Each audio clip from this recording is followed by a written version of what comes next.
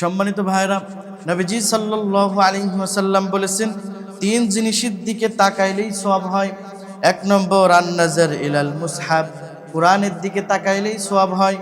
কোরআন আপনি পড়তে পারেন না, কিন্তু যদি কোরআনের দিকে তাকান, তাহলে কোরআনের দিকে তাকানোর কারণে আল্লাহ তাআলা আপনাকে কোরআন পড়ার সওয়াব দান করবে। অনেক ভাইরা কোরআন পড়তে পারে না, কোরআন ধরেও না, কোরআন পড়তে পারে না বিধায় কোরআন ধরে না। অথচ কেউ যদি কোরআন পড়তে নাও পারে, সে যদি কোরআনটা ধরে আদর করে চুমু দেয়, তাহলে কোরআন পড়ার পরিপূর্ণ সওয়াব তার আমলনামায় লেখা হয়। এ কারণে একটা ঘটনা এই পরিপ্রেক্ষিতে এসেছে যে এক ব্যক্তি বুজুর্গ মানুষ, কামার ছিল, জগৎ বিখ্যাত মুফাসসির মুহাদ্দিস ছিল আব্দুল্লাহ ইবনে মুবারক রহমতুল্লাহি আলাই। আব্দুল্লাহ ইবনে মুবারক রহমতুল্লাহি আলাইয়ের যুগে সেই কামার ব্যক্তি, সেই কামার সারাটা দিন রাত্রবেলা সে দা কাশি কুড়াল বানাইতো। আর আব্দুল্লাহ ইবনে মুবারক ছাদের উপরে দাঁড়িয়ে দাঁড়িয়ে নামাজ পড়তো। কামার ভাবতো, যদি আল্লাহ তাআলা আমাকে টাকা পয়সা অর্থ সম্পদ দিত, তাহলে আমি ওই টাকা পয়সা অর্থ সম্পদ পাওয়ার পরে আমি আল্লাহর রাস্তায় খরচ করতাম, আর আমি কখনো কামারগিরি করতাম না, আল্লাহর পথে সব সময় আমি সময় দিতাম। এই লোকটা কোরআন পড়তে জানতো না, এই লোকটার মৃত্যু হয়ে গেল।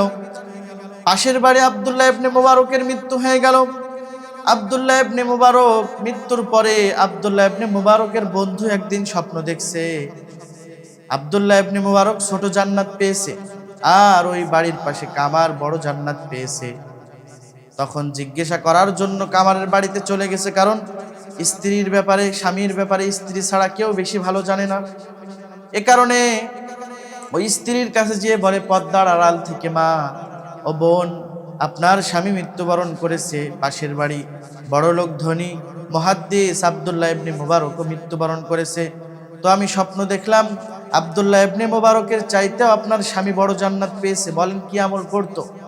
তখন বলছে, তার তো বেশি কোনো আমল ছিল না। আমার স্বামী কোরআন পড়তে জানতো না, কিন্তু আমার স্বামী ফজরের নামাজের পরে আমার স্বামী কোরআন নিয়ে বসে যাইতো, আর আমার স্বামী ওই কোরআন খোলার পরে আমার স্বামী আঙুল দিয়ে লাইনে লাইনে হাত লাগাইতো আর চুমু খাইতো। আমার স্বামী কোরআন পড়তে জানতো না, কিন্তু কোরআনের মহব্বত করতো, কোরআনকে ভালোবাসতো, কোরআন বুকে রাখতো। এই কারণে হয়তো আব্দুল্লাহ ইবনে মুবারকের চাইতেও আমার স্বামী বেশি বড় জান্নাত পেয়েছে। সুবহানাল্লাহ। এজন্য সম্মানিত ভাইরা, যারা কোরআন পড়তে পারেন না, সমস্যা নাই, কোরআন শেখার চেষ্টা করেন, আর লাইনে লাইনে হাত দিবেন, কোরআন দেখবেন, শুধু উপরে রেখে দিবেন না। মৃত্যু মানুষ মরলে কোরআন পায়ে পেড়ে তারপরে অন্যদের পড়তে দেন, আপনি নিজে পড়েন না, তাহলে বরকত আসবে কিভাবে, রহমত আসবে কিভাবে? এজন্য আজকে থেকে আপনি কোরআন পড়বেন, বাড়িতেই কোরআন পড়বেন। কোরআন পড়তে না পারলে মসজিদে চলে যান, হুজুরকে বলেন কোরআন পড়ায় দিতে, শিখায় দিতে। যদি সূরা ফাতিহাটাও পড়ে কোরআন শরীফের আঙুলে লাইনে লাইনে লাইনে যদি আঙুল দিয়ে হাত লাগান, তারপরেও আল্লাহ তাআলা আপনার কোরআন পড়ার পরিপূর্ণ সওয়াব দান করবে। তাহলে যেই বিষয়ে বলছি, এক নম্বর হলো আন-নাজার ইলাল মুসহাব, কোরআনের দিকে তাকানো মাত্রই সওয়াব হয়। এখানে কোনো গড়মিল নাই, কোরআনের দিকে তাকাবেন, সওয়াব হয়ে যাবে। যদি আপনার মন ভালো থাকে, যদি বলেন যে এটা আমার কোরআন, এটা মহাগ্রন্থ আল কোরআন, তাহলে আপনার সওয়াব আমল নামে অটোমেটিকলি উঠে যাবে। 2 নম্বর হলো আন-নাজার ইলা ওয়াজহিল ওয়ালিদাইন। 2 নম্বর আন-নাজার ইলা ওয়াজহিল ওয়ালিদাইন, মা বাবার দিকে যদি ভালো দৃষ্টিতে তাকান, এমন দৃষ্টিতে তাকাইছেন আর ভেবেছেন এটা আমার মা, এটা আমার বাবা, মায়ার নজরে যদি মা বাবার দিকে তাকানো মাত্রই আল্লাহ রব্বুল আলামিন পূর্ণ সওয়াব, হজের সওয়াব আপনার আমল নামায় দিবে। অথচ হজ করে মানুষ কত লাখ টাকা খরচ করে, 7 লাখ, 8 লাখ, 5 লাখ পর্যন্ত। এখন একটু কমে গেছে হজের টাকা, তো এত টাকা খরচ করে হজ করে, এই হজ কবুল হয় কিনা? ওখানে যে নিয়ম কানুনগুলো আছে, তাওয়াফ করার মধ্যে যদি ভুল হয়, পাথর মারার মধ্যে যদি ভুল হয়, সাফা মারওয়ায় দৌড়ানোর মধ্যে যদি ভুল হয়, তাহলে ওয়াজ আপনার শেষ। তো নবীজি বলেছেন, যদি আন-নাজার ইলাল মুসহাব, কোরআনের দিকে তাকাবে। 2 নম্বর আন-নাজার ইলা ওয়াজহিল ওয়ালিদাইন, পিতামাতার দিকে মায়ার নজরে যদি তাকায়, শুধু ভাবে এটা আমার মা, এটা আমার জনম দুঃখিনী মা, এটা আমার বাবা, ভাবা মাত্রই তার আমল নামায় কবুল হজের সোয়াব দিয়ে দে।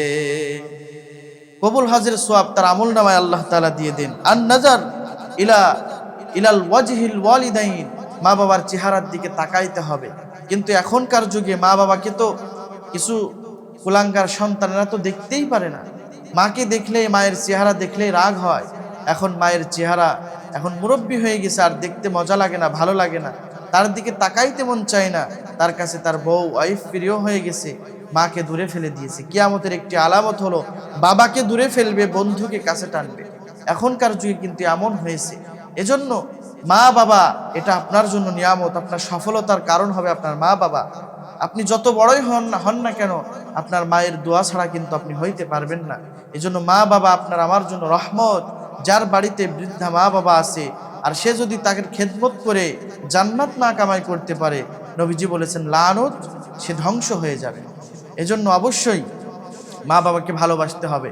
আমার কাছে অনেক কথা, অনেকে বলে যে হুজুর আমার মা এখন এমন সংসারের মধ্যে ঝামেলা করছে যে আমার সংসারই করতে দিচ্ছে না। বাবা, তোমার জন্য তোমার মাই যথেষ্ট, তোমার বউয়ের প্রয়োজন নাই।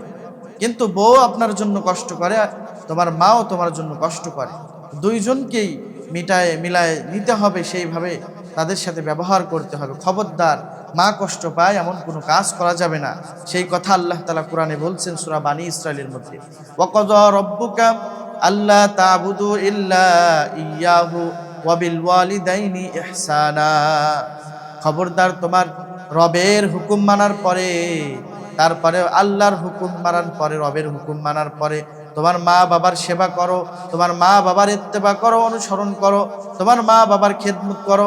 এমন যেন করো না শব্দ বাহির যেন তোমার মা বাবা না করে। উফিউ ওয়ালা তানহারহুমা ওয়া কুল্লাহুমা কাওলান কারীমা। তোমার মা যেন তোমার কথাই না বাহির করে, আর তুমিও তোমার মায়ের কথাই যেন শব্দ না বাহির করো।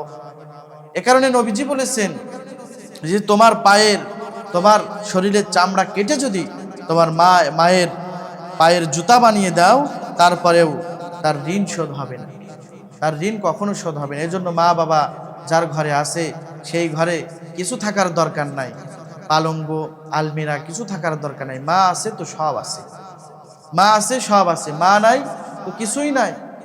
মাই তোমাকে জান্নাতের পথ দেখাবে, বাবাই তোমাকে জান্নাতের পথ দেখাবে। মা যদি কোনো ভুল করে তো মায়ের বিচার করতে যেও না সন্তান। এ কারণে মায়ের জিনিসপত্রগুলোও তোমার হেফাজত করতে হবে, মায়ের জিনিসপত্র তোমার হেফাজত করতে হবে। অনেক সন্তান দেখি ধনী হওয়ার পরে মা বাবার সম্পদগুলো, জিনিসপত্রগুলো, কাপড়গুলো ফেলে দেয়, নষ্ট করে ফেলে, বাহির করে দেয় যে এটা পুরনো।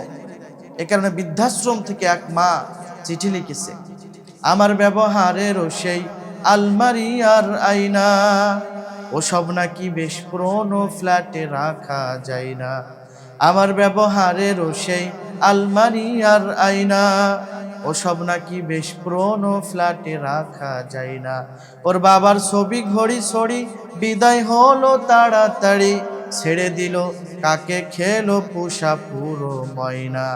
স্বামী স্ত্রী আর অ্যালফেশিয়ান জায়গা অনেক কম, আমার ঠিকানা তাই বৃদ্ধাশ্রম। এজন্য তোমার মা তোমার জন্য রহমত, বাবা তোমার জন্য রহমত। মা বাবাকে কষ্ট দিলে আল্লাহ তাআলা কষ্ট পায়, আর মা বাবাকে যদি তুমি খুশি করো তাহলে আল্লাহ তোমার উপরে খুশি হবে। রিজাল রব্বি বিরিজাল ওয়ালিদাইন, মা খুশি তো আল্লাহ খুশি, মা নারাজ তো আল্লাহ নারাজ। এজন্য আমার প্রিয় ভাইরা, যেই তিনটা জিনিসের দিকে তাকাইলেই সওয়াব, এক নম্বর হলো আন নাজার ইলাল মুসহাব, কুরআনের দিকে তাকাইলেই সওয়াব হয়। দুই নম্বর আন নাজার ইলা ওয়াজহিল ওয়ালিদাইন, মা বাবার চেহারার দিকে তাকাইলেই সওয়াব হয়। তিন নম্বর হলো আন নাজার ইলাল কাবা, কাবার দিকে তাকাইলেই সওয়াব। কাবার গিলাফ দেখলেই সওয়াব হয়ে যায়। কাবার গিলাফ আপনি আমি দেখব, কাবার কালো গিলাফ দেখলে আপনার আমার গুনাহ ঝরে যাবে। আল্লাহ আমাদের এই তিনটি বিষয়ে আমল করার সহিভাবে দান করেন, আমিন।